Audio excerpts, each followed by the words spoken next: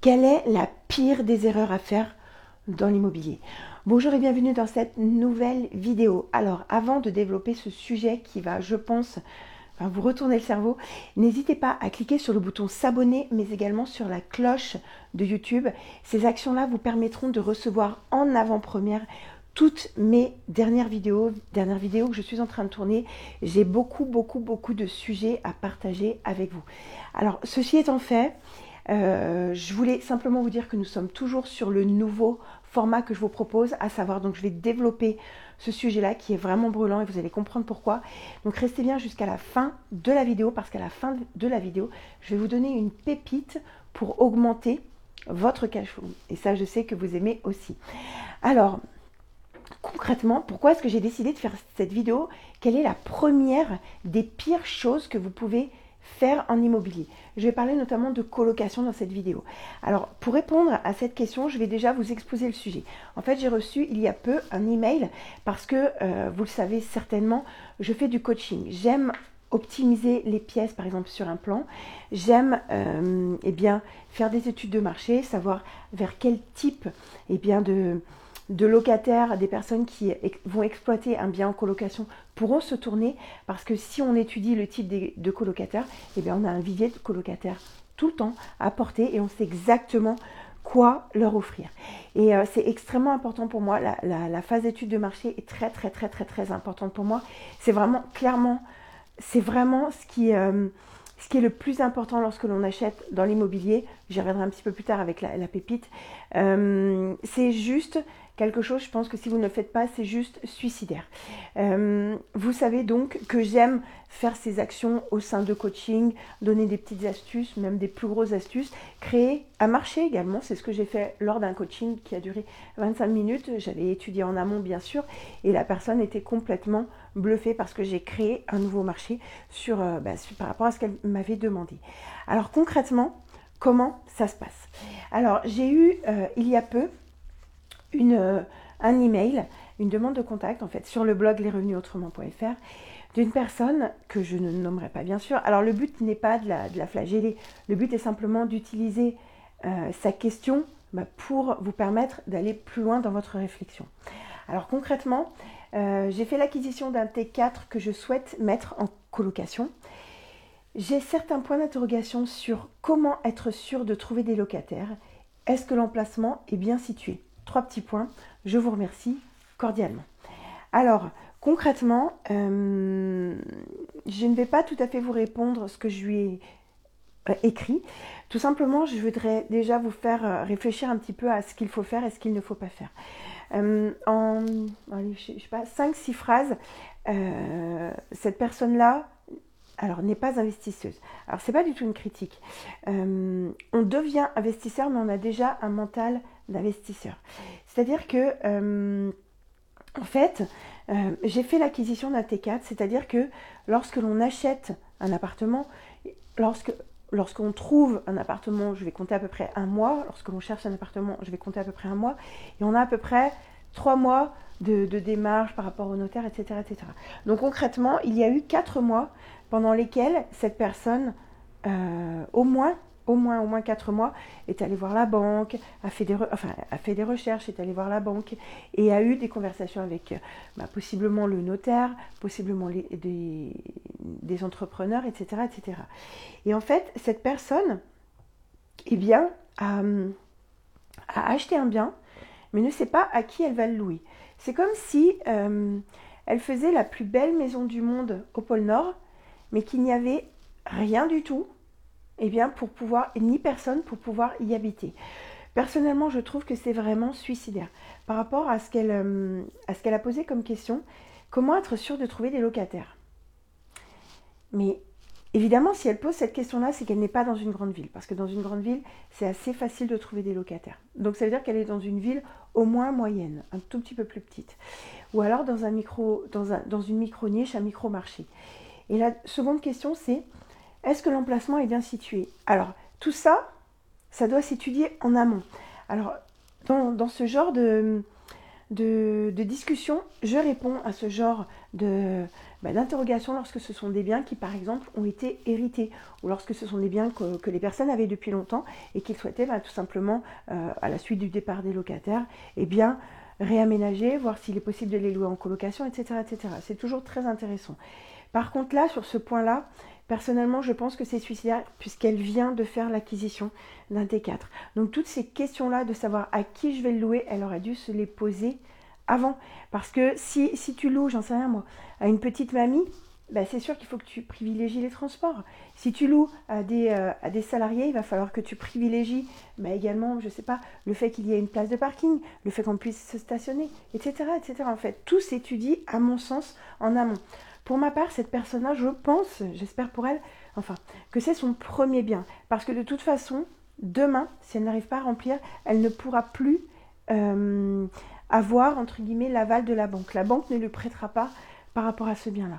Alors personnellement, ce qui m'intéresse en fait, c'est de pouvoir acheter encore et encore. Alors le but n'est pas d'avoir 50 000 biens, c'est pas du tout ça.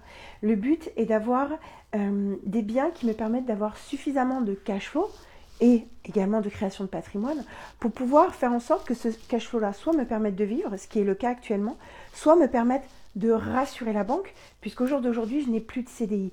Et tous ces biens-là, en fait, tous les biens, les décisions que j'ai faites hier étaient mûrement réfléchies par rapport au nombre de cash flow que je voulais avoir et surtout par rapport au fait que je ne veux pas m'arrêter. Au jour d'aujourd'hui, les banques me suivent toujours même si je n'ai plus de CDI. Et en fait, cette personne-là, malheureusement, alors peut-être qu'elle va pouvoir se faire financer le second bien, mais je suis vraiment pas sûre parce que sa première opération n'a pas été, à mon sens, optimisée au maximum. Vous le savez, je pense, je recherche toujours les biens je recherche toujours les locataires et le public avant de rechercher les biens qui leur correspondent. C'est juste logique. Je vous prends vraiment des antipodes. Si je m'adresse à des publics seniors, qui sont des publics que j'étudie depuis pratiquement 2 ans maintenant, dans certaines villes très particulières, forcément, c'est juste de la logique. Je ne vais pas prendre un 12e étage sans ascenseur. Je ne vais pas prendre des chambres de 9 mètres carrés. En fait, c'est juste logique. Tout est vraiment, vraiment, vraiment étudié en amont. Et sincèrement, ça ne prend vraiment pas plus de temps que ça. Là, on est sur des biens qui coûtent... On n'est pas sur le fait d'acheter une baguette de pain. On est quand même sur de l'immobilier. On ne fait pas n'importe quoi en immobilier. Il y a énormément d'enjeux. À mon sens, il faut qu'on mette il ne faut pas qu'on mette en péril sa famille, on ne peut pas se permettre de se mettre en péril soi, mais entre guillemets, même si on se plante, entre guillemets, on l'aura bien cherché, c'est parce qu'on aura eu un manque d'informations avant. Mais on ne peut pas se permettre, pour ma part, je ne peux pas me permettre de mettre en péril ma famille, mes proches pour rattraper mes conneries. C'est impossible pour moi, c'est juste pas possible. L'immobilier fait déjà assez peur et les personnes en fait pensent que c'est facile de faire de la colocation. Alors oui et non, c'est facile quand on sait bien faire les choses. Là, elle a mis des choses dans le four, mais elle n'a pas fait la pâte à pizza. Donc ça marche pas en fait. Ça ne va pas marcher ou ça va être du rafistolage. Elle va mettre des gens qu'elle n'aura pas forcément choisi, des gens qui n'avaient pas le choix. Donc, elle ne pourra pas imposer ses prix, elle ne pourra pas imposer ses conditions. Ça va être un petit peu plus compliqué. J'espère vraiment, vraiment que cette vidéo vous sera utile. C'est vraiment le but, voilà, par rapport à ça. Maintenant, je vais passer tout de suite à la vidéo, à la dernière partie de la vidéo, à savoir l'upsell. Comment augmenter votre cash flow lorsque vous faites de la colocation, que vous êtes propriétaire. En fait, il y a 2 choses qui sont, à mon sens, fondamentales dans toutes vos actions, mais notamment par rapport à la colocation. La première des choses, c'est de proposer possiblement des ventes additionnelles. Je m'explique. Alors, vous allez me dire, mais Audrey, mais là, moi, je ne suis pas blogueur, je ne suis pas tout ci, tout ça. Peu importe. En fait, on aime tous avoir plus de choses et des choses intéressantes. Je m'explique.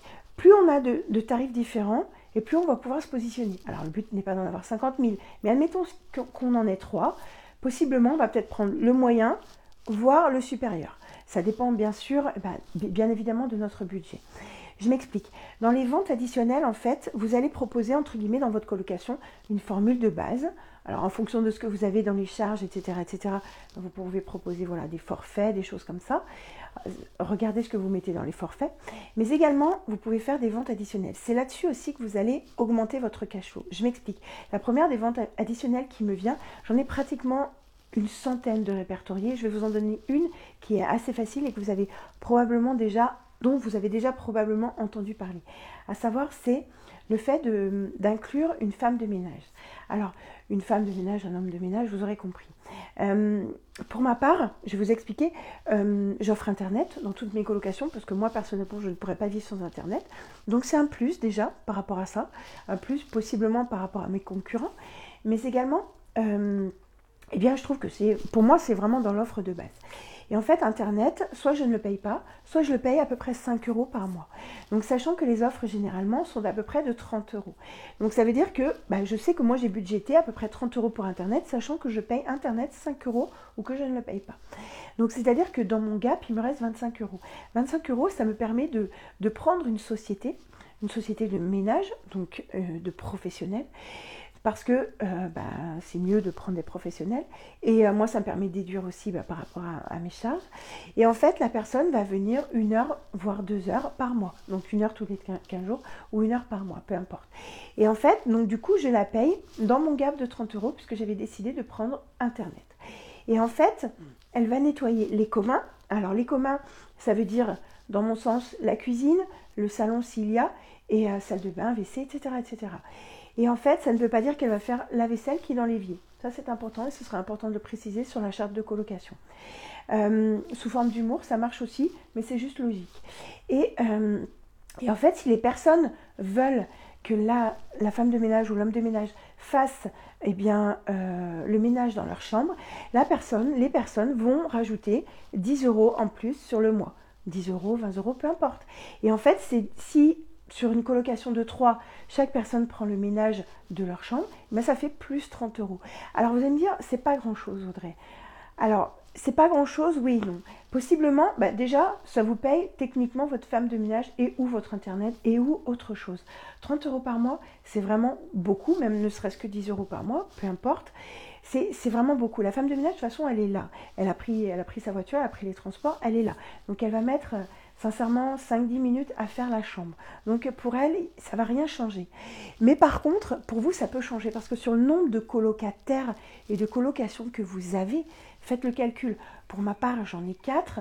J'ai vraiment beaucoup d'espace de vie et je vais rajouter ça. Et tout ça, cumulé sur l'année, ça me fait des mensualités en plus. Donc possiblement des choses soit que je peux épargner, soit que je mets dans chacune des comptes liés à mes colocations, ou soit effectivement, c'est l'argent que j'ai en plus. Et les personnes ne se font pas flouer.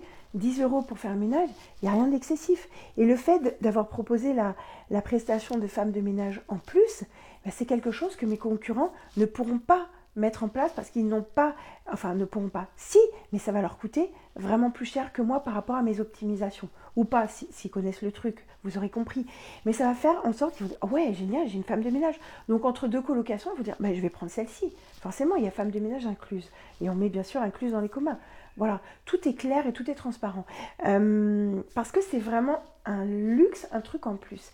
Le deuxième point, parce que je vous en donne plus, toujours pareil, même si je ne devais vous parler que d'un point qui augmente votre cash flow, c'est de proposer toujours plus par rapport au prix. Je m'explique. En fonction, je ne sais pas moi, du lieu, de l'habitation, même de l'appartement que vous proposez, faites toujours, faites-en plus pour le même prix. Proposez-en plus tout le temps pour le même prix. C'est une sorte de bonus. Par exemple, si vous habitez à côté d'un cinéma, rien ne vous empêche d'aller voir le cinéma en disant, écoutez, voilà, j'habite à côté, j'aimerais que mes petits locataires, de temps en temps, viennent vous voir. Est-ce que, par hasard, vous pourriez me proposer des coupons de réduction ? Donc, au départ, ils vont vous regarder un peu bizarre, puis ils vont vous dire, tiens, ouais, on n'y avait pas pensé. Concrètement, s'ils ne sont pas bêtes, ils vont accepter et où ils vont en créer et où ils vont vous en donner tout de suite. Pourquoi ? Parce qu'en fait, ils vont peut-être réfléchir à avoir par exemple, moins 20% sur un ticket, mais ils vont augmenter, par exemple, de 3 personnes leurs entrées de cinéma. C'est juste de la logique en fait. Et vous, si vous proposez ça, ben c'est cool, c'est-à-dire que vous avez un partenariat avec le cinéma à côté. C'est vraiment un exemple bateau, mais je veux vraiment que vous compreniez. Donnez-en toujours plus pour les gens. Lorsque les gens rentrent par exemple dans mes colocations, je mets toujours, s'ils rentrent un vendredi soir, un samedi, un dimanche soir, un dimanche même tout court, tout est fermé, ou même un lundi, il y a certains magasins qui peuvent être fermés, eh bien je mets toujours de la nourriture de secours dans la maison, dans la cuisine, dans un placard. Donc je propose toujours des paquets de pâtes, du riz, des sauces, alors plutôt sauce tomate, comme ça au moins je suis sûre que ça convient à tout le monde. Je mets aussi des sachets de thé, du café, des choses comme ça. Des biscottes, voilà, un petit peu de miel pour que, parce que du coup ça se conserve, etc., etc. En fait, les gens se disent génial, enfin je peux manger, enfin j'ai des choses comme ça, je mets aussi des petites choses au congèle. Et voilà, et c'est tout. Concrètement, ça ne m'a pas coûté des 1000 et des cents parce qu'en plus j'ai tout lissé limite sur l'ensemble de mes colocations. Là, je ne parle pas exclusivement d'argent. Je ne vais pas mettre du caviar, ce qui est logique, quoique je pourrais, parce que bon, là, je suis la reine des bons plans. Au-delà de ça, trêve de plaisanterie, ce n'est pas ce qui m'intéresse. Mais vraiment, les gens vont dire ah génial, je suis contente parce que j'ai pas fait les courses, je vais me prendre un McDo, mais non, mais c'est loin, tout ça. Et ben là, super, ah j'ai un paquet de pâtes, mais je suis super content. Et en fait, ils vont vous remercier. Et en vous remerciant, ils vont vous éviter d'avoir des ennuis. Et ils vont être très reconnaissants. Ils vont vous dire, écoutez, là, ça, je peux faire les visites, etc. etc. C'est juste du commerce, c'est juste de l'humain. Voilà, j'espère vraiment que cette vidéo vous a plu. Si c'est le cas, alors n'hésitez pas à la commenter, c'est très important. N'hésitez pas à rejoindre la communauté LRA, les revenus autrement. Vous avez tous les liens dans la description si vous voulez rejoindre la formation financièrement libre grâce à la colocation biais. C'est avec plaisir que mon équipe et moi, nous vous accueillerons. N'hésitez pas à vous abonner sur Instagram, sur Facebook, sur YouTube bien sûr, sur Twitter, sur tous les réseaux sociaux dont nous disposons. Et puis n'hésitez pas surtout à nous mettre vos exemples d'upsell, vos exemples de valeur ajoutée sur vos biens. Et puis moi je vous dis à très vite dans la prochaine vidéo qui, je l'espère, sera un petit peu moins longue, mais c'était très important pour moi de partager ça avec vous. Eh bien, je vous dis à très bientôt. Ciao!